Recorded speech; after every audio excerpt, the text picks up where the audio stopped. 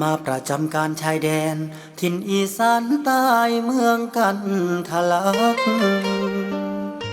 หัวใจที่เหน็บหนาวยามฝนดินคนไกลบ้านบ่คิดสิได้พอพักกับนางฟ้าแดนอีสานน้องเอาเขามาให้ใต้ร่มไม้ริมฝั่งทาง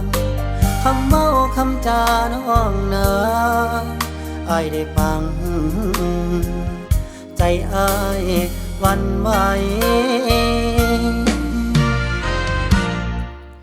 โอ้สาวกันทะลาลักอ้ายหลงฮักเจ้าหมดใจ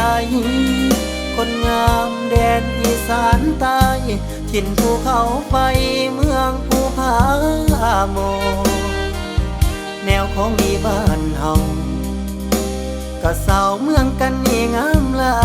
ยไอ้เบาทหารบ้านไกลฮักเจ้าแล้วเด้อสาวกันทะลัก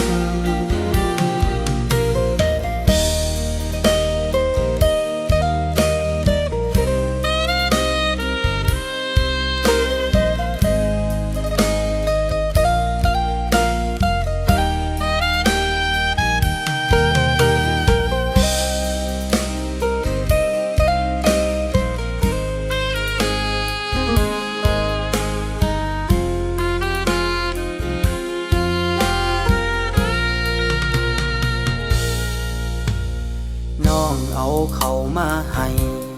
ใต้ร่มไม้ริมฝั่งทางคำเว้าคำจาน้องนา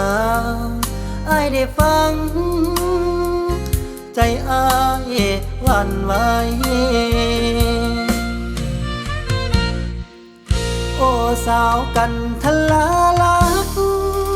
อ้ายหลงฮักเจ้าหมดใจคนงามแดนอีสานใต้ถิ่นภูเขาไฟ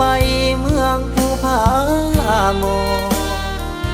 แนวของดีบ้านเฮากะสาวเมืองกันนี่งามหลายไอ้เบาทหารบ้านไกลฮักเจ้าแล้วเด้อสาวกันทะลัก